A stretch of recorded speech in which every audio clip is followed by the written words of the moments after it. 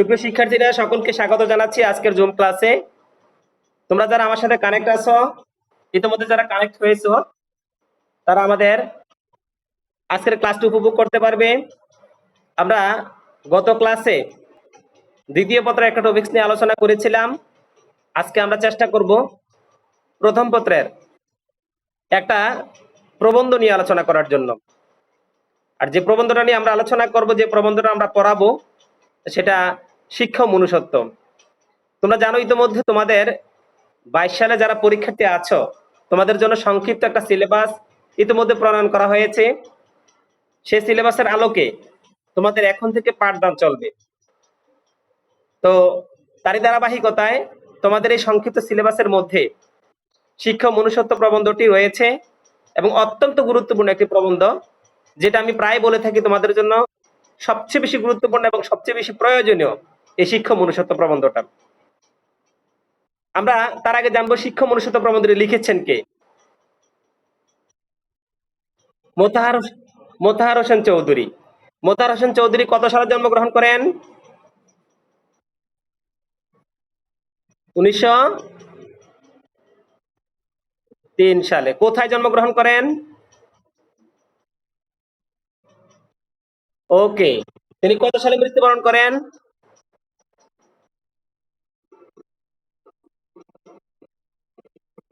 তার বিখ্যাত কয়েকটি সাহিত্যের নাম বলো।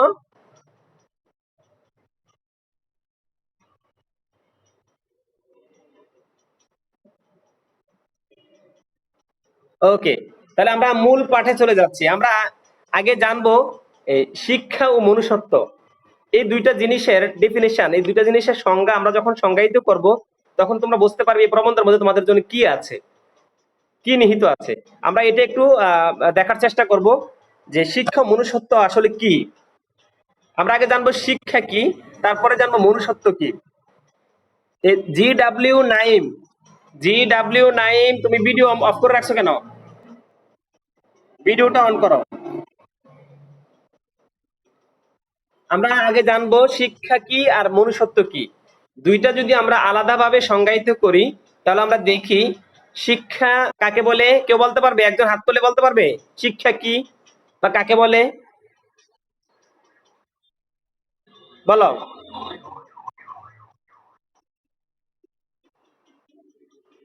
বলো, তাকিয়ে বলো।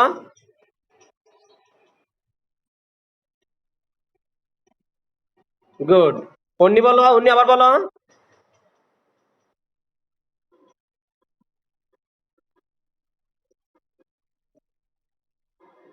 ওকে, দুইজনেরটাই ঠিক আছে। তবে তাকিয়ারটা হচ্ছে স্ট্রাকচারাল যে সংজ্ঞাটা, যেমন শিক্ষা হচ্ছে কি মানুষের আচরণের কাঙ্ক্ষিত ও স্থায়ী পরিবর্তন। মানুষের আচরণের কাঙ্ক্ষিত ও স্থায়ী পরিবর্তন। শিক্ষার মাধ্যমে তুমি যেটা আশা করো, যে আচরণটা তুমি তোমার মা বাবা তোমার কাছ থেকে যে আচরণটা তোমার কাছ থেকে আশা করে, সেটা তোমার কাছ থেকে পাওয়াটাই হচ্ছে কি আচরণের কাঙ্ক্ষিত পরিবর্তন। এখন তুমি একটু যদি চিন্তা করে দেখো, যে তোমার সমবয়সী তোমার সাথে চলাফেরা করেছে এক সময়, যে তুমি যখন ক্লাস 3 তে পড়েছো, 2 তে পড়াচ্ছ, সে তোমার সাথে স্কুলে গিয়েছে। এখন সে স্কুলে যাচ্ছে না বা স্কুলে যাওয়ার সুযোগ হচ্ছে না, কেননা তার পারিবারিক কারণে বা আর্থিক অনটনের কারণে স্কুলে সে যেতে পারছে না। না পারার কারণে তার আচরণ বর্তমানে কি অবস্থায় আছে আর তোমার আচরণ কি অবস্থায় আছে। অর্থাৎ সে যখন শিক্ষা থেকে বঞ্চিত হয়ে এখন রাস্তার টোকাই হয়ে গেল, অথবা কোথাও কাজ করে, কোনো কারখানায় গিয়ে কাজ করে, সেই ছেলেটা বা সেই মেয়েটার আচরণ আর তুমি যে পড়াশোনা করতে যাচ্ছ বা কন্টিনিউ করে যাচ্ছ, তোমার আচরণ কি একরকম হবে? একরকম হবে না। তুমি তার কাছ থেকে এটা আশাও করতে পারো না। এর আচরণের কাঙ্ক্ষিত পরিবর্তন, স্থায়ী পরিবর্তন।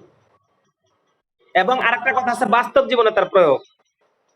উনি কি বুঝতে পারছো? আচরণের কাঙ্ক্ষিত ও স্থায়ী পরিবর্তন এবং বাস্তব জীবনে তার প্রয়োগ। আমরা আচরণের কাঙ্ক্ষিত পরিবর্তন করলাম পড়াশোনার মাধ্যমে। আমরা সবাই সবসময় পড়ে থাকি সদা সত্য কথা বলবো, মিথ্যা কথা বলবো না, পড়ি না আমরা? সদা সত্য কথা বলবো, মিথ্যা কথা বলবো না। এটা কিন্তু আমি শিখেছি, এটা কিন্তু আমি শিখেছি কিন্তু, তাই না? আমরা কিন্তু সবাই জানি, সবাই শিখেছি কিন্তু এটা।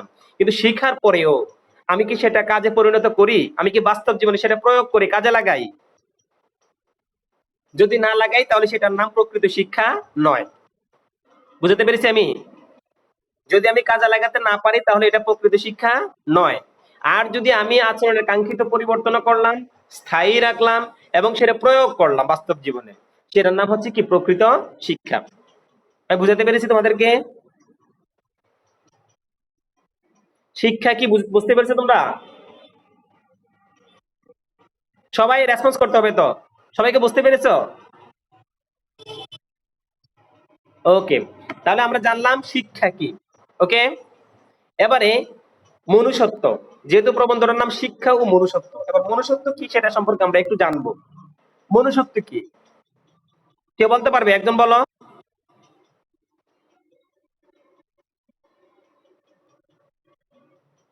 তৃষা বলো, আদিবা বলো, তাকিয়া, নাবিলা। আচ্ছা আমি বলে দিচ্ছি, ওকে সমস্যা নাই। মনুষ্যত্ব হচ্ছে মানুষের মানবীয় গুণাবলী। মনুষ্যত্ব হচ্ছে মানুষের মানবীয় গুণাবলী। এখন মানুষের মানবীয় গুণাবলীগুলো মানুষের মানবীয় গুণাবলীগুলো আমরা যখন মানুষের মধ্যে ছড়িয়ে দিতে পারবো বা আমাদের মধ্যে যখন আমরা অর্জন করতে পারবো তখন সেটা হচ্ছে কি প্রকৃত শিক্ষা।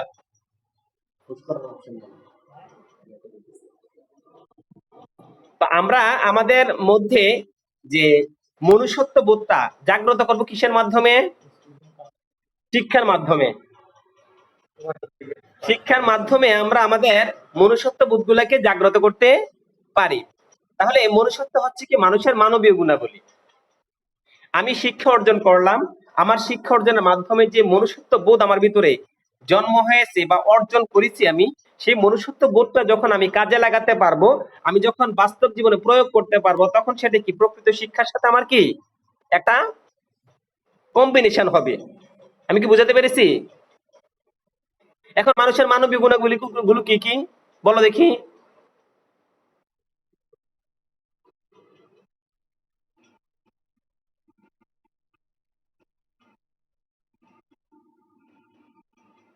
সদালাপী, সদাচরণ করা, তাই না? এই যে এই বিষয়গুলো হচ্ছে মানুষের মানবীয় গুণাবলী। এখন মনে করো তুমি তুমি উচ্চ শিক্ষায় শিক্ষিত বা আমি উচ্চ শিক্ষায় শিক্ষিত, বাট আমি যখন তোমার সাথে কথা বলি বা আমি যখন তোমার সাথে কথা বলতে যাই, ওই কথা বলতে গিয়ে আমার কিন্তু সেই শালীনতা বোধটা থাকে না। যখন আমার ভিতরে ওই শালীনতা বোধটা থাকে না তখন কিন্তু আমার শিক্ষার সাথে মনুষ্যত্বের যে একটা কম্বিনেশন সেটা কিন্তু থাকার কথা নয়। আবার আমি যখন তোমার সাথে কথা বলতে যাব, আমি উচ্চ শিক্ষিত হই, তুমি নিম্ন শিক্ষিত বা তুমি ছোট আমার থেকে, কিন্তু আমি তোমার সাথে কথা বলার সময় খেয়াল রাখতে হবে ওই কথা বলার মধ্যে যেন শালীনতা থাকে, বিনয়ী ভাব থাকে। এই বিনয়ী ভাব এবং সত্য কথা বলা এবং ভদ্রতার সহিত কথা বলা, এটাই হচ্ছে কি মানুষের মানবীয় গুণাবলী। তাহলে শিক্ষা ও মনুষ্যত্ব কি তোমরা বুঝতে পারছো? এতক্ষণ তো আমি বললাম, এবার তোমরা এই প্রবন্ধটার একটা অংশ, প্রথম অংশটা পড়বে কে? পড়ো, প্রথম অংশটা পড়ো, একটু জোরে জোরে পড়তে হবে।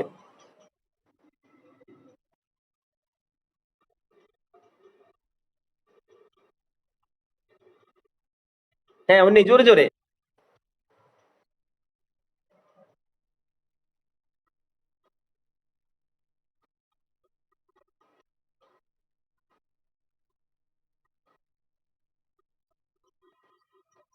আমি একটু একটু থামাই, অন্যকে একটু থামাই, আমি অন্যকে একটু থামাই, আমার দিকে একটু খেয়াল রাখো। আমি যখন থামাবো তখন একটু বন্ধ রাখবে, হ্যাঁ? মানুষের জীবনটাকে, এই যে আমাদের জীবনটাকে দোতলা একটি ঘরের সাথে তুলনা করা হয়েছে। এই ঘরের নিচতলাটা হচ্ছে কি? নিচতলাটা হচ্ছে জীব সত্তা। নিচতলাটা হচ্ছে জীব সত্তা, আর উপরের তলাটা হচ্ছে কি মানব সত্তা। কথা কি বুঝাতে পেরেছি আমি? তাহলে এই জীব সত্তা কি? জীব সত্তা হচ্ছে আমরা যখন জন্মগ্রহণ করি, একেবারে ছোট থাকতে, আমরা যখন খুব ছোট থাকতে যখন জন্মগ্রহণ করি, আমরা জন্মগ্রহণ করা অবস্থা আমরা কিছুই বুঝি না, ঠিক কি না?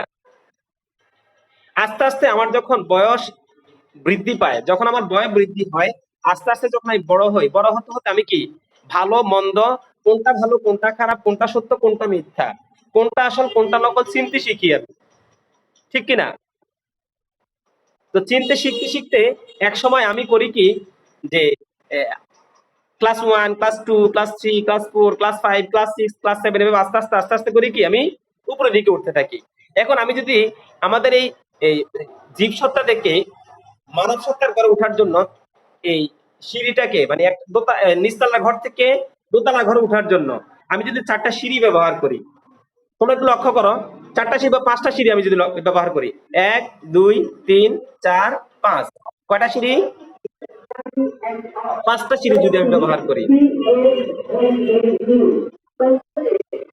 এই 5টা সিঁড়ি ব্যবহার করতে গিয়ে আমি এখানে হচ্ছে কি একেবারে ছোট, মনে করো আমি এখানে হচ্ছে কি একেবারে ছোট, আমার বয়স 1 থেকে 5 বছর, ধরো 1 থেকে 5 বছর এখানে আমি কাটিয়ে দিলাম। ছোট্ট একটা জীব, আমি কিছুই বুঝি না, কিছুই শিখি না। এই 5 বছর যখন হয়ে গেল, তখন আমাকে নিয়ে দিল কোথায়? এই প্রাথমিক শিক্ষা স্তরে। আমি এই 4টাকে ধরবো, আমাদের শিক্ষা স্তর কয়টি? 4টি না? 4টি শিক্ষা স্তর। এই 4টি শিক্ষা স্তর আমি ধরবো আমার 4টা আঙ্গুল, এই 4টা সিঁড়ি। কথা বুঝতে পারছো? এটা হচ্ছে আমার 1 থেকে 5 বছর বয়সের মধ্যে এই সময়টা কেটে গেল আমার। এবার এই সিঁড়িটার মই ধরো, মই এটা মই চিনো না? সবাই মই চিনো তো? ধরো এটা একটা মই। এই মইয়ের সর্বপ্রথম যে চূড়াটা সেটা হচ্ছে কি আমার জীবনের শুরু। প্রথম থেকে 5 বছর আমি শুধু কথা বলতে শিখছি, আর মা বাবার কাছ থেকে অ আ ক খ এগুলো আস্তে আস্তে শিখতে শুরু করেছি। এখন আমি প্রথম সিঁড়িতে উঠবো, শিক্ষার প্রাথমিক স্তরটার মধ্যে আমি ভর্তি হব গিয়ে, ঠিক কি না? শিক্ষার প্রাথমিক স্তরে গিয়ে আমি যখন ভর্তি হলাম, আমি প্রাথমিক শিক্ষা এখানে শেষ করে ফেললাম। এই সিঁড়িতে আমার প্রাথমিক শিক্ষা শেষ। এটা হচ্ছে আমার দ্বিতীয় স্তর, দ্বিতীয় সিঁড়ি। এটা কি? দ্বিতীয় সিঁড়ি। দোতলায় ওঠার জন্য এটা দ্বিতীয় সিঁড়ি। দ্বিতীয় সিঁড়িতে উঠলাম, তার মানে কি মাধ্যমিক শিক্ষা। এখন তোমরা যেটাতে আসো, এই মাধ্যমিক শিক্ষায় আমি যখন ভর্তি হব, ভর্তি হয়ে আমি কি আমার মনুষ্যত্বকে আরো একটু জাগ্রত করব না? করবো কিনা? প্রাথমিক শিক্ষায় যেটা আমি বুঝিনি, এখন কি আমি তার চেয়ে একটু ভালো বুঝি না? বুঝি কিনা বলো? আচ্ছা, তাহলে এখানে গেল মাধ্যমিক শিক্ষা, প্রাথমিক মাধ্যমিক শেষ। এবার এটা হচ্ছে কি উচ্চ মাধ্যমিক। এটা হচ্ছে কি উচ্চ মাধ্যমিক। এই উচ্চ মাধ্যমিক যখন আমি শেষ করব, উচ্চ মাধ্যমিক শেষ করে আমি যখন উচ্চ শিক্ষা গ্রহণ করব, উচ্চ শিক্ষা গ্রহণ করলে অটোমেটিকলি আমি কি আমার যে মানব সত্তার যে ঘরটা আছে, সর্বোচ্চ যে ঘরটা আছে আমার, দোতলার যে ঘরটা আছে সেই ঘরটা আমি উঠতে পারবো, ঠিক কি না? এখন সেখানে উঠতে পারবে কারা? যারা প্রকৃত শিক্ষাটা অর্জন করতে পেরেছে, তারাই কিন্তু কি ওই দোতলার ঘরটাতে ওঠার মতো সুযোগ পাবে। আর যারা প্রকৃতি শিক্ষায় শিক্ষিত হতে পারেনি, প্রকৃতি শিক্ষাটাকে অর্জন করতে পারেনি, তারা ওই দোতলার ঘরটাতে উঠতেই পারবে না। তারা বারবার কি এই সিঁড়িগুলো ভেঙে ভেঙে পড়ে যাবে, হোঁচট খেয়ে পড়ে যাবে, ঠিক? এই জন্য বলছে যে মানুষের জীবনটা হচ্ছে দোতলা একটি ঘরের মতো, নিচতলাটা হচ্ছে জীবসত্তা, আর উপরের তলা হচ্ছে কি মানব সত্তা। তাহলে আমি আস্তে আস্তে আস্তে আস্তে মনুষ্যত্ব শিখতে শিখতে মানব সত্তার ঘরে গিয়ে উঠবো, নচেত উঠতে পারবো না। তারপরে বলো।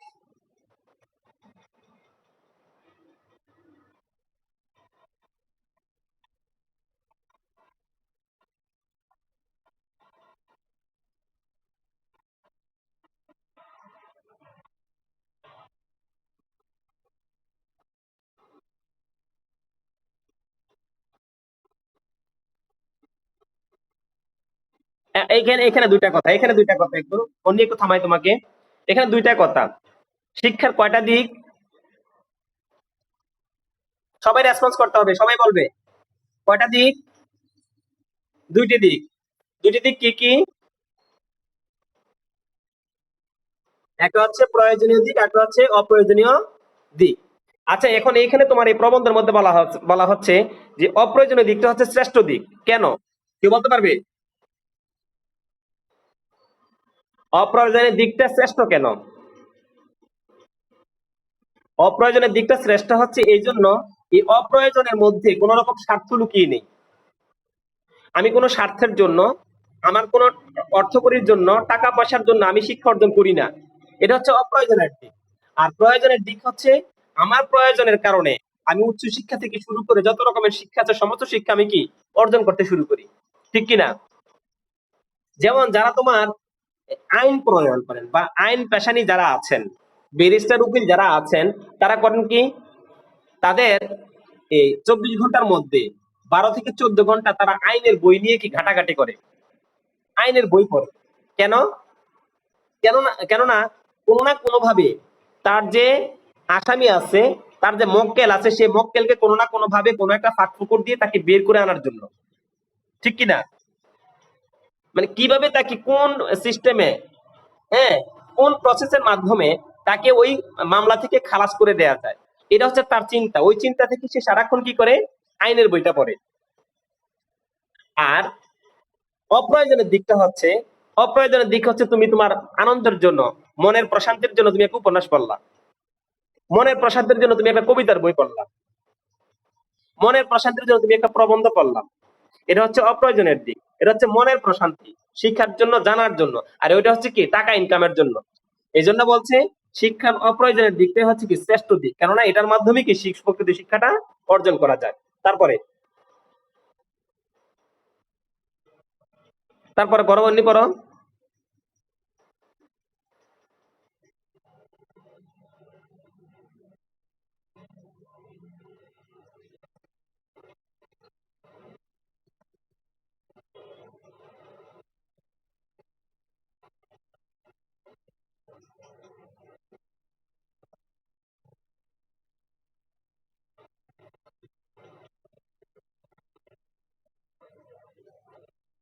বাকিরা মিউট করো, অন্যের কথা আমি ক্লিয়ার বুঝি না। উনি যে পড়তেছে, অন্যের পড়াটা আমি ক্লিয়ার বুঝি না, সবাই মিউট করো। বাকি সবাই মিউট করে দাও, শুধু অন্য আনমিউট থাকো। অন্য আবার পড়ো।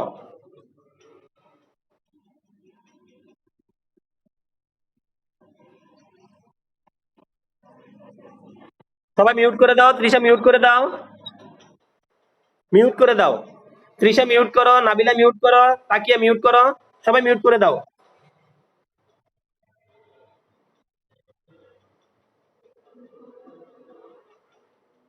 এবার পড়ো অন্যি।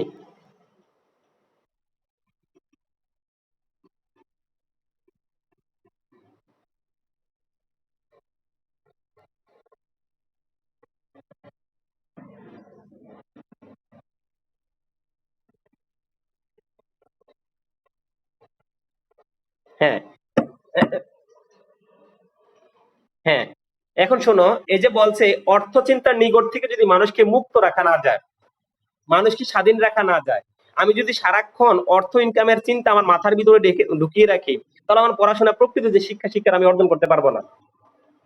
আমি যদি চিন্তা রাখি যে আমি পড়াশোনা করে মানুষের মতো মানুষ হব, তাহলে পরে কি এই শিক্ষাটা প্রকৃত শিক্ষা অর্জন করা সম্ভব। এখন তুমি এটা চিন্তা করে দেখো তো, তুমি যদি প্রকৃত শিক্ষা অর্জন করো, অর্থ তোমাকে খুঁজতে হবে নাকি অর্থ তোমাকে খুঁজবে? প্রকৃত শিক্ষা অর্জন করলে অর্থ তোমাকে খুঁজবে। কোন পন্থায় তুমি অর্থ উপার্জন করতে পারবে সেই পন্থা তোমাকে বলে দিবে, শিক্ষাই বলে দিবে। তাহলে আমাকে প্রথম থেকে চিন্তা করার দরকার নাই যে আমি উকিল হব, ব্যারিস্টার হব, আমি ইঞ্জিনিয়ার হব, ইঞ্জিনিয়ার আমি বাঁশ দিয়ে ইয়া বানাবো, ব্রিজ বানাবো, ব্রিজ বানিয়ে সেখান থেকে অনেক টাকা উপার্জন করব। এখন যদি আমি প্রথম থেকে যদি চিন্তা করা শুরু করি, আমি রডের পরিবর্তে বাঁশ দিয়ে দিব, সেখান থেকে আমি অনেক অর্থ উপার্জন করতে পারবো। তাহলে আমার প্রকৃত শিক্ষা অর্জন হলো, হলো নাকি? আমরা সোশ্যাল মিডিয়াতে দেখি, অনেক জায়গায় আমরা দেখি যে বিল্ডিং এর ছাদ বানিয়ে ফেলছে কি দিয়ে, রডের পরিবর্তে বাঁশ দিয়ে। এরপরে আরসিসি যে ইয়েগুলো আছে, পিলার গুলো আছে, সেগুলো কি রডের পরিবর্তে বাঁশ দিয়ে করে ফেলছে। এখন আমি যদি এটা দেখে দেখে শিখি আর মনে মনে পরিকল্পনা করি, আমি যখন বড় হব, আমি যখন ইঞ্জিনিয়ার হব, আমিও ঠিক এটাই করব, তাহলে কি মোটা অঙ্কের টাকা ইনকাম করতে পারবো। তাহলে কি প্রকৃতি শিক্ষা অর্জন হবে? তাহলে আমার এটা চিন্তা করা উচিত না। আমি এটা চিন্তা না করে আমি আমার প্রকৃতি শিক্ষাটাকে অর্জন করে যাব। অর্জন করতে করতে এক সময় কি আমি আর আমার কাঙ্ক্ষিত লক্ষ্যে ওই শিক্ষাটাই আমাকে পৌঁছে দিবে। ঠিক কি না? এরপরে কে পড়বে?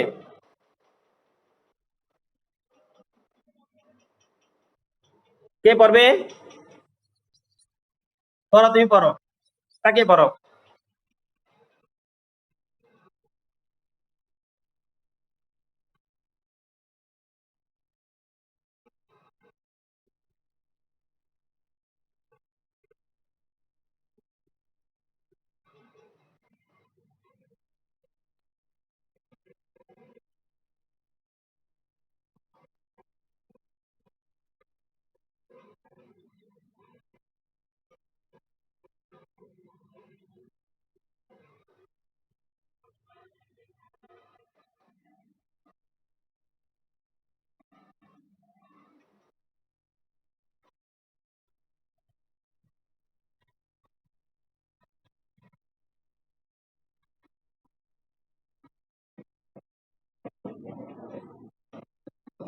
হ্যাঁ, তাকে একটু থামাই, তোমাকে 1 মিনিট, 1 মিনিট তোমাকে আমি থামাই। এখানে বলছে অন্ন বস্ত্রের, অন্ন বস্ত্রের কি বলছে? অন্ন বস্ত্রের প্রাচুর্যের চেয়েও মুক্তি বড়। অন্ন হচ্ছে খাবার দাবার, আর বস্ত্র হচ্ছে কাপড় চোপড়, এটা তোমরা জানোই ভালো করে। তাহলে অন্ন বস্ত্রের প্রাচুর্যের চেয়ে মুক্তি বড়। এটা কিভাবে? তোমাদের দুইটা উদাহরণ দিচ্ছে। একটা হচ্ছে একজন কারারুদ্ধ ব্যক্তি, কারাগারে যার অবস্থান, সে কারাগারে যদি পোলাও পোলাও কুরমা খায়, ভালো ভালো খাবার খায়, আবার বাহিরে একজন যদি আলু ভর্তা দিয়ে ডাল দিয়ে ভাত খায়, তার প্রশান্তি বেশি, নাকি কারাগারে যে নাকি কি হলো পোলাও কুরমা খেলো তার প্রশান্তি বেশি? যে বাহিরে আছে তার প্রশান্তিটা সবচেয়ে বেশি। কেননা বাহিরে যে আছে সে মনে করে যে সে যত ভালো খাবারই খাক সে কষ্টে আছে, আর যে ভিতরে আছে সে চিন্তা করে আমি যত ভালো খাবারই খাই আমি মুক্তি পেয়ে আমার পরিবারের কাছে যেতে চাই। আরেকটা উদাহরণ হচ্ছে, এখানে পাখির কথা বলা হয়েছে।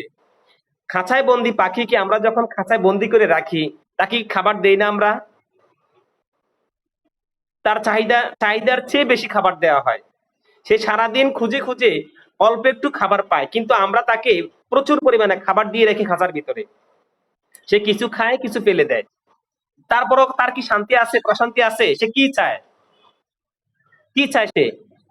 মুক্তি চায়। সে এখান থেকে বের হয়ে আসতে চায়। তুমি যখনই একটু খাঁচাটার মুখটা খুলবে, ফুরুত করে সে চলে যাবে সুযোগ পেলে। ঠিক কিনা? এই জন্যই এই প্রাবন্ধিক এখানে বলেছে যে অন্ন বস্ত্রের প্রাচুর্যের চেয়ে মুক্তি বড়। অন্ন বস্ত্র মানুষকে যেটুকু নাকি যেটুকু শান্তি দেয়, তার চেয়ে বেশি শান্তি দেয় হচ্ছে কি মানুষ যখন স্বাধীন থাকে, মুক্ত থাকে। পড়ো, এরপরে পড়ো।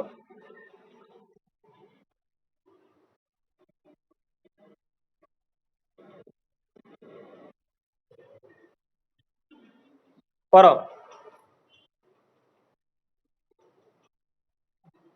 তাকে পড়ো।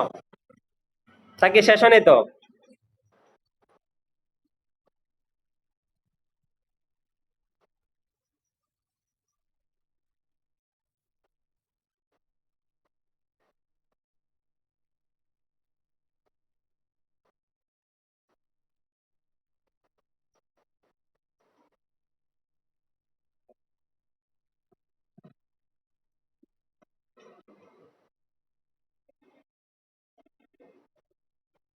এদিক সামান্য একটু বুঝি নেই আমি।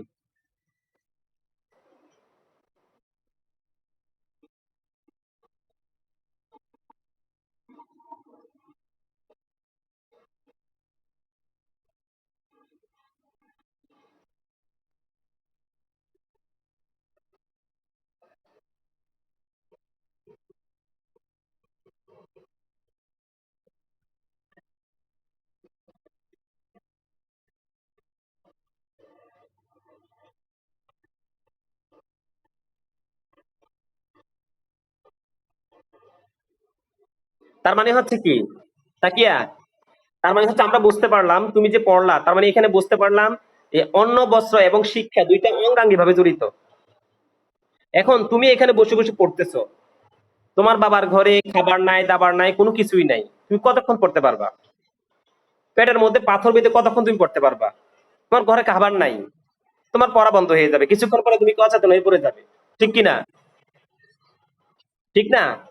আবার দেখা গেছে তোমার প্রচুর পরিমাণে খাবার আছে, কারিগরি খাবার আছে, কিন্তু তোমার ঘরে শিক্ষা নাই, শিক্ষা দীক্ষা কোনো কিছুই নাই, তাহলে ওই খাবারের মধ্যেও কি শান্তি নেই? তাহলে দুইটাই লাগবে। এই প্রকৃত শিক্ষা শিক্ষিত হলে বা হতে হলে বা মনুষ্যত্বের ঘরে উঠতে হলে তোমাকে দুইটাই লাগবে। শিক্ষাও লাগবে, আবার কি অন্ন বস্ত্রও লাগবে। দুইটা অঙ্গাঙ্গি ভাবে জড়িত। তারপরে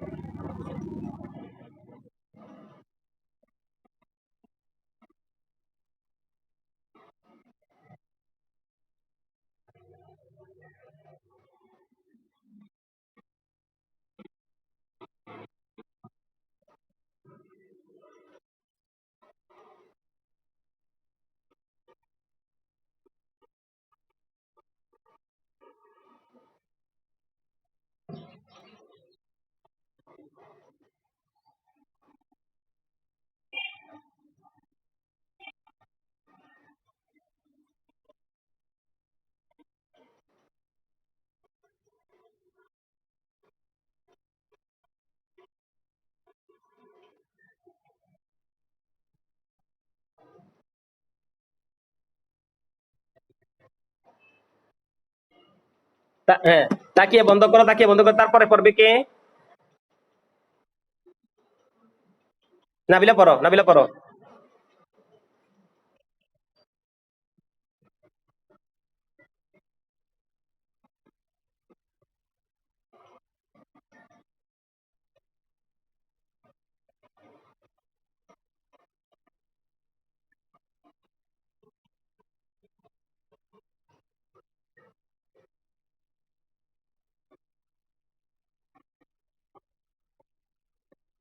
প্রয়োজন, গুড।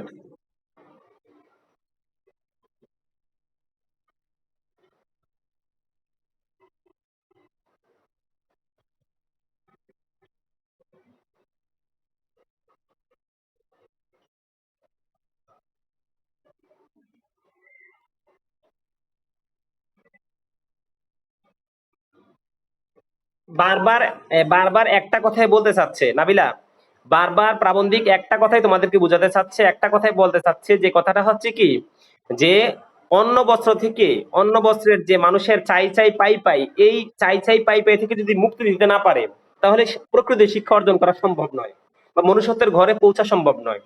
ঠিক কিনা? বারবার কিন্তু প্রাবন্ধিক এই কথাটাকে তোমাদেরকে রিমাইন্ড করে দিচ্ছে। ঠিক তো? তারপরে বলো।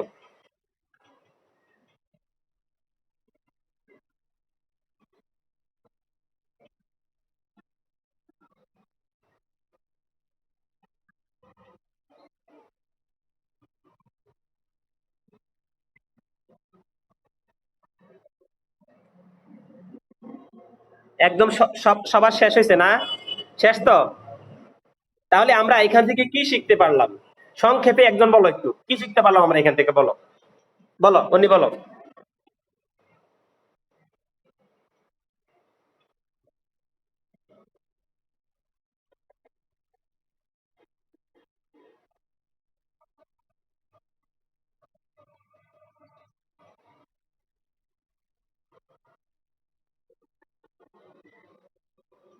মানে এটা হচ্ছে একদম সংক্ষেপে একটা সামারাইজ আর কি এটার।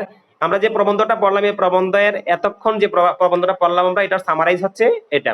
এখন আমরা এতক্ষণ যে প্রবন্ধটা পড়লাম, শিক্ষা মনুষ্যত্ব, আগামী ক্লাসে তোমাদের একটা কাজ থাকবে। সেই কাজটা হচ্ছে এই শিক্ষা মনুষ্যত্ব প্রবন্ধের যে ইয়াটা আছে, পাঠ পরিচিতি আছে, অর্থাৎ এটা যে সার কথাটা আছে, মূল কথাটা আছে, এই মূল কথাটা আমাকে শোনাতে হবে সবাই। পারবে? সবাই পারবে? পারবে?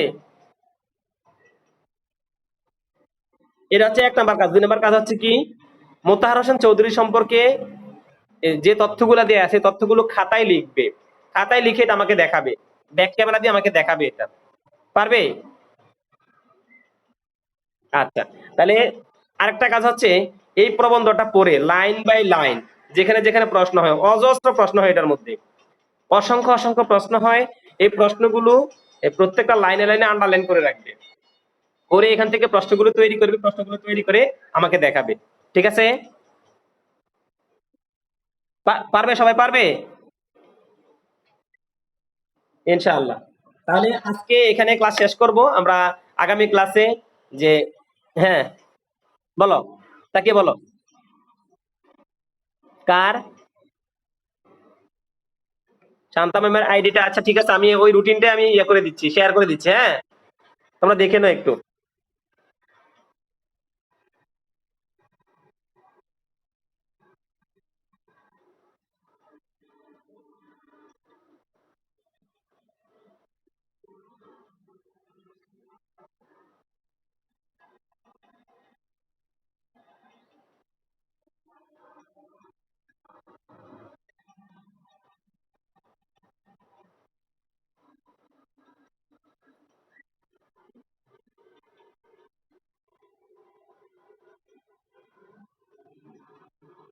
দেখছো? সবাই দেখছো রুটিনটা?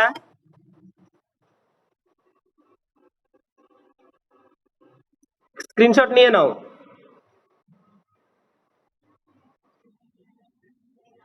স্ক্রিনশট নিয়ে নাও, হ্যাঁ।